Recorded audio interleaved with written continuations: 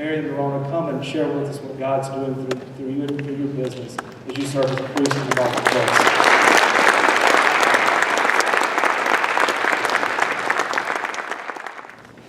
Good morning. If you can see me, that's good, because I can't see you. Some people call it business as mission. Some people call it business is mission. I'll let you think about that while I'm talking. The mission of Turbocam is, I started a business in 1985. It was actually started in a way, the thinking of it started in about 1982. At that time, things were kind of rough economically in the US. There were a lot of people out of work. I think unemployment in the 12 or 13% range. And in our church in Hanover, New Hampshire, there were a lot of people without jobs. I had a job that I wasn't particularly motivated by what I was doing. To me, my life started at 5 o'clock, if you know what I mean. So, work, okay, life starts at 5 o'clock. And I didn't like that. In fact, the next year I started a company called Directed Energy because I wanted to direct my energy to serve the Lord. And it was also an energy conservation, so I was directing energy into a different place. But a bunch of us who were thinking of starting businesses or were running fledgling businesses got together at a Burger King and we brainstormed about what a Christian company should be. And from then on, 82 to when I actually started the business 3 years later, was trying everything, looking at every which way I could make a living. I have sold porcupines, I have painted houses, and I have organized people to cut firewood.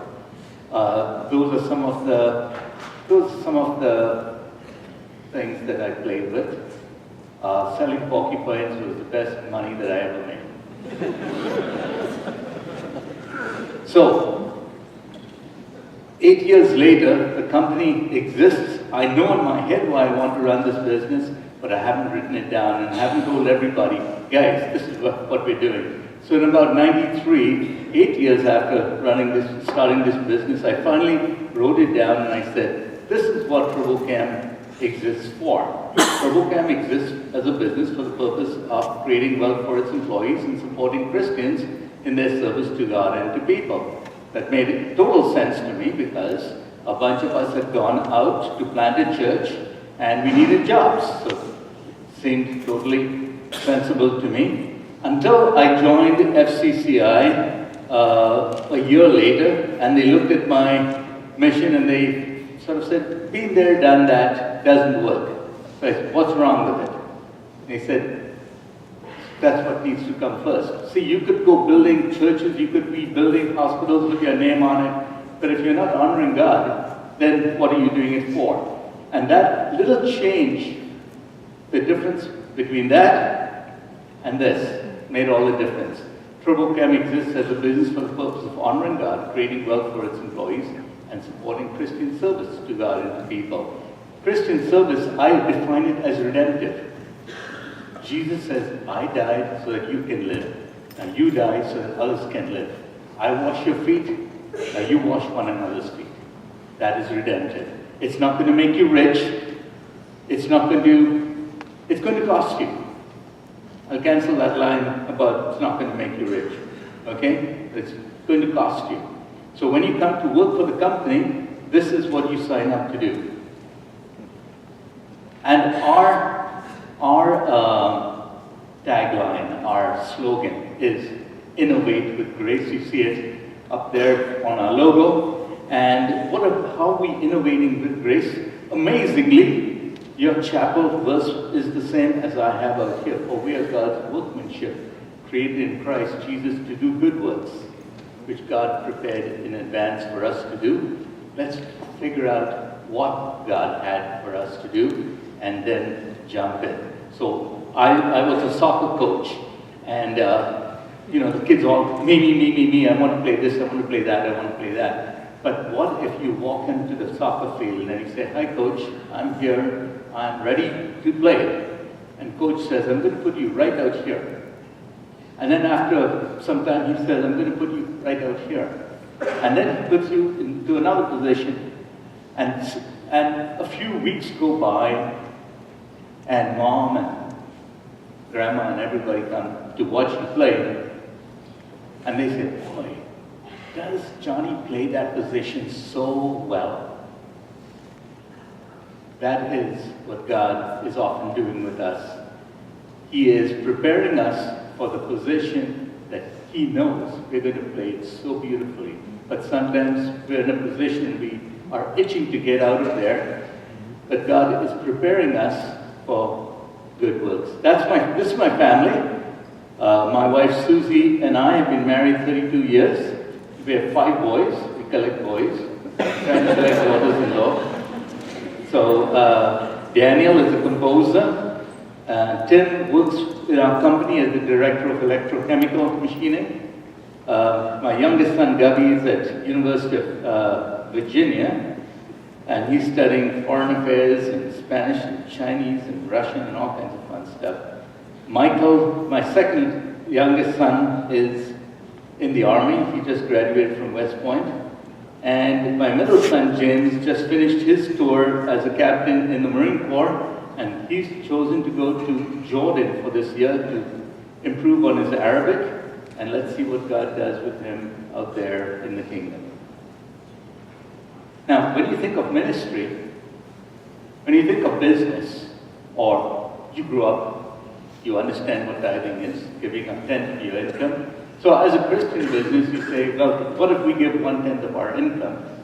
We'll be doing good Christian work. We can support this and support that. When I started my business, people start saying, good, we need Christian businesses so they can tithe. Now, when I think about it, a business typically is trying to get about a 10% profit. If you give 1/10 of your profits, that means you're giving 1 cent on the dollar. But what is really happening is that about 40, for some people 50, 60%, depending on the business. For our business, it's 30 to 40%, depending on which country we're talking about. In America, it's about 50% of our revenue goes out in payroll. Or, let's put it, it is spent in a 30-mile radius from where we are. So, if we look at that 50%, and then we look at the 1%, then we're left with a very important question. What is our ministry? Who are you serving? Does the church want you to be a successful business so that you can so that you can give 1%? Or do we look at this, and this is a mandate for us to serve so many people. There's so many people who are being touched by the income that we're generating. Now, you can also look at it in terms of how many employees, times their family, total number of customers, times number of people that you contact there, total number of suppliers, other contacts, all add up all of that. For me, it's in the thousands. For even a small company, let's say you run a laundromat, think of how many people you are now touching. It's better than standing on the street corner with a tract. Nothing against street corners, but we can touch a lot more people through business. Now, just a little bit, by the way, there will be 4 butt checks during this speech, and I'll warn you when you come up to it. In other words, at this point, you have to jump up and do something, okay? So first of all, Turbocam is a global turbo machinery development and manufacturing company, and specializes in multi-axis machining of flow path components. In other words, we're compressing or expanding air or liquids, and we're doing all kinds of bladed parts. We have manufacturing, engineering, and software, and we're located in 9 places around the world, 10 places. And some of those are manufacturing locations. In Japan, 2 people in an office. It anchors a church in Nagoya.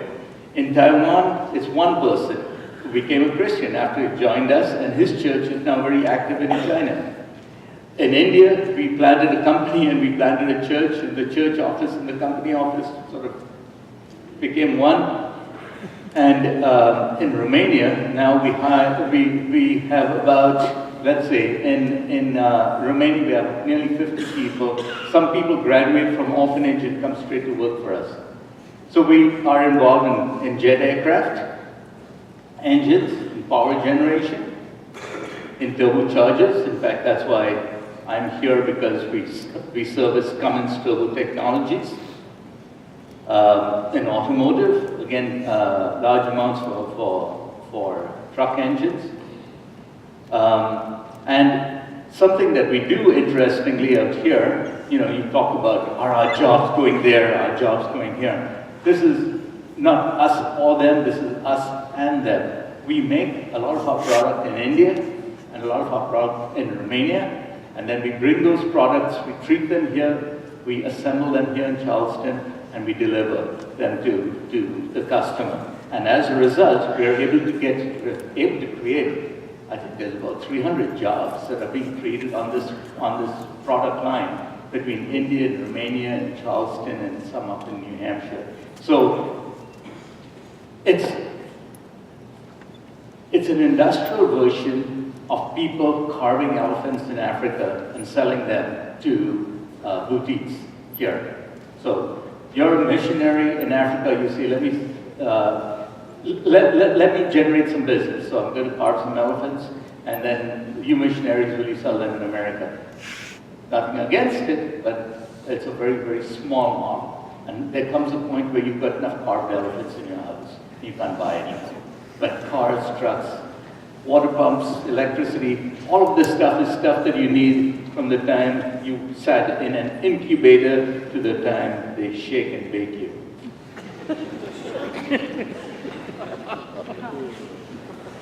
Now, I was looking at different ways that I could express the gospel.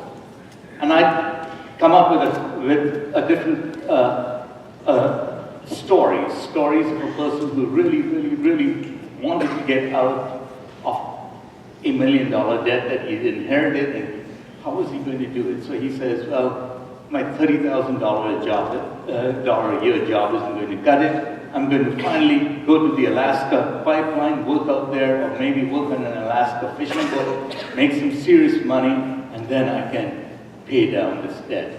But he's not able to. And finally he reaches the point of having tried everything that he could.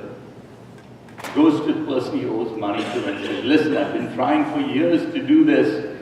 You know I've been trying, and I can't pay you back. And he says, that's okay. Someone came yesterday with a checkbook and he asked about you. He asked about you by name. And he said, how much does this guy owe? And when I told him, he pulled out his checkbook and he wrote me a check. You're free to go. And this man has 3 choices or 4 choices. He says, either this is true or it's not true. I've never believed in the tooth fairy or Santa Claus, so I better get back to work. Or he says, that's wonderful. Now I'm going to borrow $100,000 because I always want to do certain things in life. And after $1 million, $100,000 is probably not that bad. So I'm going to borrow some money and go and do some things. Or finally he jumps up and down and says, hang on, this can't happen. This would have spent all my life, all my energy, all my second jobs, all my third jobs, everything. This person has set me free. I owe him my life.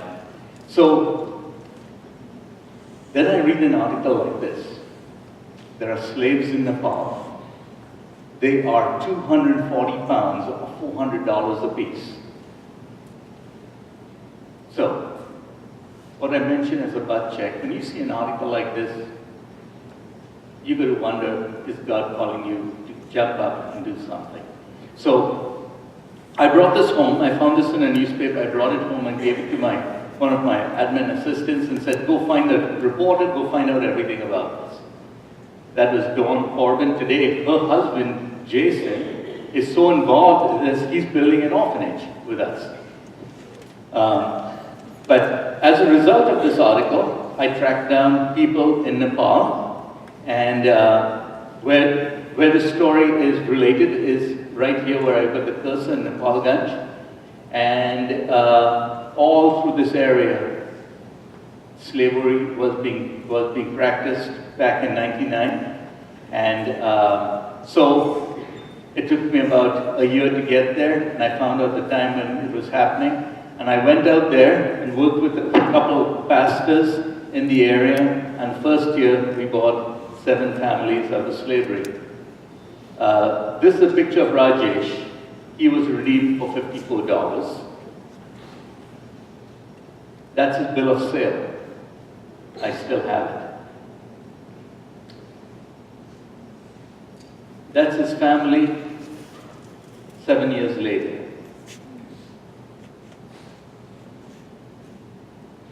His son, we sent him to Goa and we trained him in carpentry, plumbing, electrical, and welding.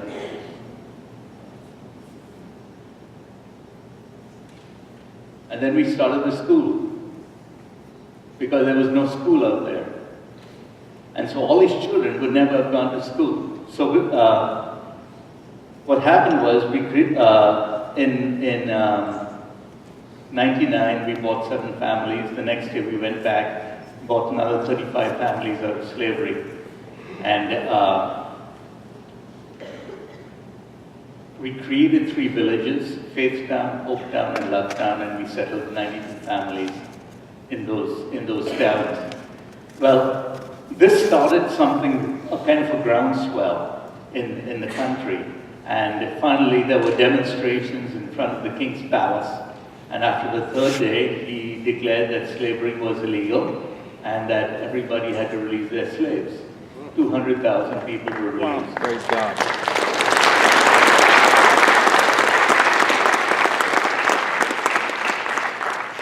Thank you. All starts with responding to an article. And then what happened was, when they got released, so many people were left without jobs, without land, without a place to live. And I believe the US government helped out too, but they were under this impression that because we had released people and bought their land, okay, government, give us land. So the government bought them some lousy land. Sometimes it was just 3 or 4 feet above the river, floodplain. Sometimes it was in the woods, sometimes it was dead, bone dry land. And we were buying them top quality arable land, like the land that you see right out here in the picture, which could grow rice without thinking. So anyways, we started the school, great school, and now that school has grown from that little one, and this is only 5 years now, right? It's going on 6 years. There's now over 150 kids. Classrooms are divided. They're running 2 classes in 1 classroom. So it was time to think of another school. Now, the first school, it was inspired by a school I saw. I said, who built this? Why Van built it? How much did it cost? $4,000. So I said, I'll invest $10,000. Let's build a bigger one. When I saw the plans, it was such a dainty school, I said, let's make each of the classrooms bigger, 18 by 24. So we did it, and the school got to be $17,000. And then when they started construction, I didn't see any school being built. I saw a big compound wall being built, and I said, what's this? They said, well, you need a compound wall first. So in that way, the bill kept going up and up until it ended up at $65,000. But this is the second butt check. If someone told you they needed a school for $65,000, could you do it?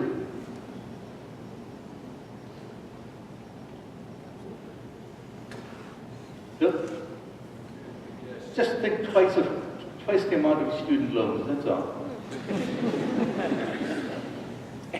But from that dream came this school. This school was actually built by my employees. They raised the $65,000 out of their bonus money and they paid to build it.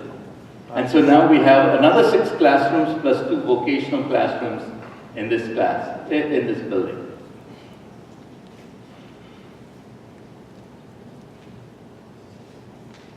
And then we found out about this other village of about 400 families. What you see out there, there's not a well out there. They did try to dig down. They dug down to 100 feet, got no water. And there have been floods in, I think, 2008. And when I went there and I was asked to come and speak at the church out there, and I said, how can I pray for you guys? And they said, we have no water. And I thought to myself, what do I do about this? So I'm praying about it, and as we drove off, about a mile away, we saw water in the fields. So we jumped out of the car and talked to people, and they said, no, there's water up to that tree. So eventually we went to that tree, bought land. It was about a mile back from the village. And then the village folks, they dug a 3-foot deep trench, and we ran a pipe 1 mile long. We put a well in there, and we pumped in water. So these are things that governments are supposed to do. What are individuals doing about it? Why should they be involved? It's just because God puts it in front of you, and so you respond. And then people join you, and suddenly you're making a whole difference in people's lives. So Kitcha, also did not have a school, and our division in England decided they would build a school. So we inaugurated this school also last February. And this has got about 150 kids in it too. And then there was one of these villages where the government had created a village. Now we call our villages Faith Town, Hope Town, and Love Town. But this one was named after a Hindu god, and I didn't like that. I'm not going to build a school and call it Shiva or something. So we negotiated. It took a few weeks. And finally, we agreed on light. Jyoti. Jyoti means light. And so we're building a school there. Well, it started off as a mud school like that, with the 4 teachers that we paid. Nothing special, but you can see that the kids really are engaged out there. And then Stony Brook School in San Diego sent us 2 containers, and it's an organization called Cargo of Dreams. And what they do is they'll bring 2 40-foot containers, and you can doll them up, you can fill them up with all kinds of things, and then you can paint them. You can see the beautiful paint job that the kids did, and then these came on the high seas, by rail, by truck, all kinds of things, and then they would lift it up. How will we get there? Do you have a crane? Forget crane. They said, how many people do you need? We've got 300 people. So we will lift up the containers, and we will put them where you want them. And that's what they did. Sometimes helping people is buying them goats, just so that they have a way of making a living. Though at the place where I took this picture, we had a problem with tigers. Tigers had taken 3 of the goats. Now, back to that Genesis 1. God says, take this earth and subdue it. I'm giving you the land, I'm giving you the seed, I'm giving you the plants, I'm giving you the birds, the fish, the trees. Go, take it. Now, over time, some people took that and they did good things with it. If you read in Genesis, you'll hear about Nimrod. Nimrod was a mighty hunter unto the Lord. You also see Adam and Eve did not obey what they were told to do, and as a result, they were kicked out of the garden, and then they started to experience the fun of doing things which did not produce fruit. You will work on fields and you will not eat them. You will build companies and they will go bankrupt. You will build a house and it will burn down on you. You will build a house and the termites will destroy it. And then comes Jesus and he says, come with me, I will show you the way, I will pay off your debt. And when Jesus comes and changes our lives, we no longer have to live under the curse. And the curse is, you will work and get nothing out of it. Now, you will work and you will get something out of it. Okay? We think of freedom from sin, we think of freedom from sickness. But what about freedom from bankruptcy? Is that possible? If we do things God's way, is it possible for us to be free from divorce, free from alcoholism, free from strife? You build a company, you get something out of it. Well, I was preaching in a church in Nepal, and the floods had gone through, and a lot of the people were sick. All the huts were, you know, if this is the ground level, the huts, you can just see the water level has been about this on all the huts, and so it's washed up with mud, and their beds are all destroyed, and their food is all gone. Well, in this case, the house is also gone. The water would just come in and swirl around any man-made structure and suck the mud out. And if there was a house like this before, now the house is down there at ground level. All you can see is its roof, and there's a pond where the house used to be. And so I'm preaching at this church, and I'm saying, how come there are so few men out here? Now, I know there's very often very few men in a church, more women, but why is it so bad out here? I thought to myself, for one thing, these people feel so destroyed that everything that they do, nothing seems to work. So they go off somewhere, they go to India, they work in the villages out there, they work in restaurants, etc. They try to survive. But I said to them, you have to stop the river. Can you stop the river? I'm actually speaking a message to people and saying, guys, can you subdue the river? Do you have to live as victims of the river every few years? Victims of your masters, victims of sickness. So let's do something about it. Now I can't stop rivers, but when I see houses like this, then the engineer in me says, let's figure things out. Well, one thing, we build our schools really high. And when the floods come, everyone comes running into the schools as flood shelters. And the schools, by the way, are always in the shape of a cross. It turns out actually a very nice architectural design too, but I originally designed them because when I was involved in Romania, I knew that some of the churches had been turned into Communist Party headquarters. So I said, figure, if the communists out here take our schools, they're going to get a cross, whether they like it or not. Now, if you notice this house survived last year's floods. So that tells me something about what will survive. So, went to the hardware store and got some of these new concrete blocks which are round. We got the idea and got our folks in India to design molds for them. And now Rajesh, who I showed you a picture of at the beginning, Rajesh is the expert in making these cement blocks. Look at that picture again. Look at that picture. Which quality looks better? That's the $19 block. That's the $2 block made by Rajesh. So we dig down 8 feet.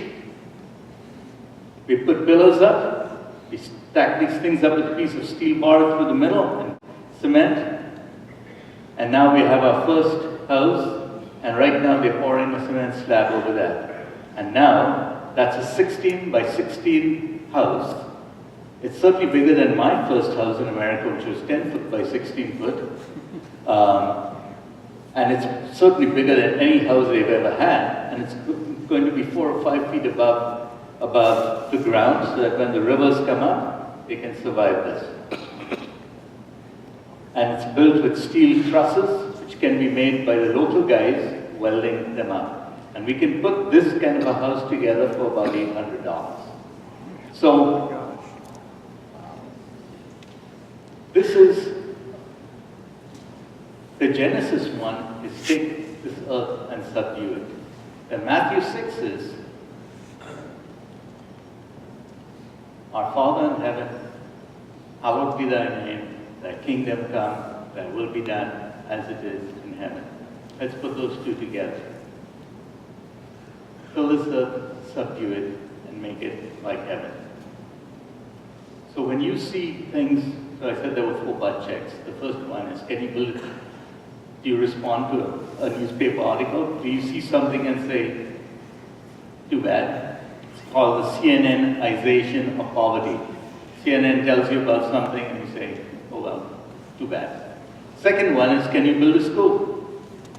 Can you build another school? Can you fix somebody's water problem? I can't do that. That's for governments to do.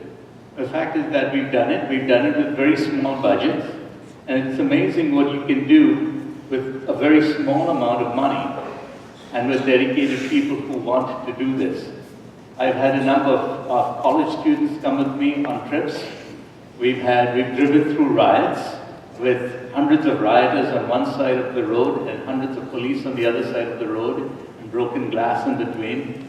And God protected us, and we drove through and they waved at us and said, come again. So God protects us as we go through dangerous territory, and this is what we get to be part of. Now, before I close, I did not bring something with me that I would have loved to have given you, or more appropriately, sold to you.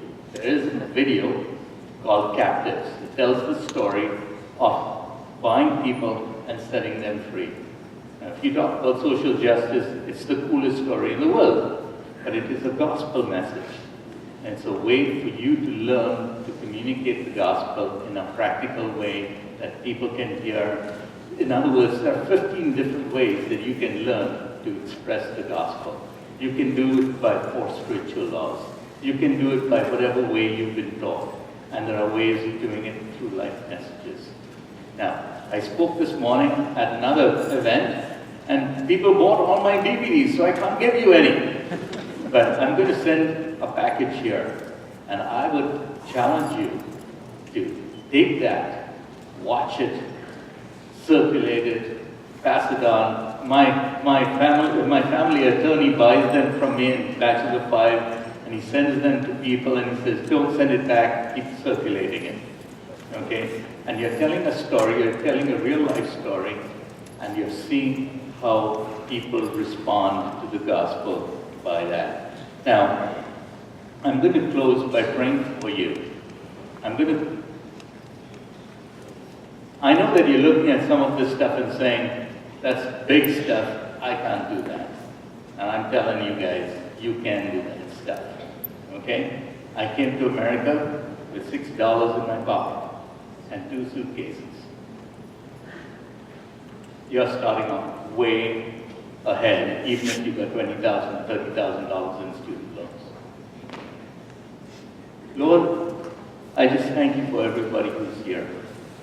I pray, Lord, that you would put in their hearts a boldness, first of all, this deep appreciation for what you've done for them by offering to buy them from their sins and setting them free and offering them a whole new life. A life with you, a life where they get to inherit all that you have. That you are making them princes, you are making them princesses, you are bringing them into your land of royalty. And you are setting tasks in front of them that they can do, even though they think that they cannot. Lord, I pray that you would make them bold to take this world and make it like heaven. Amen.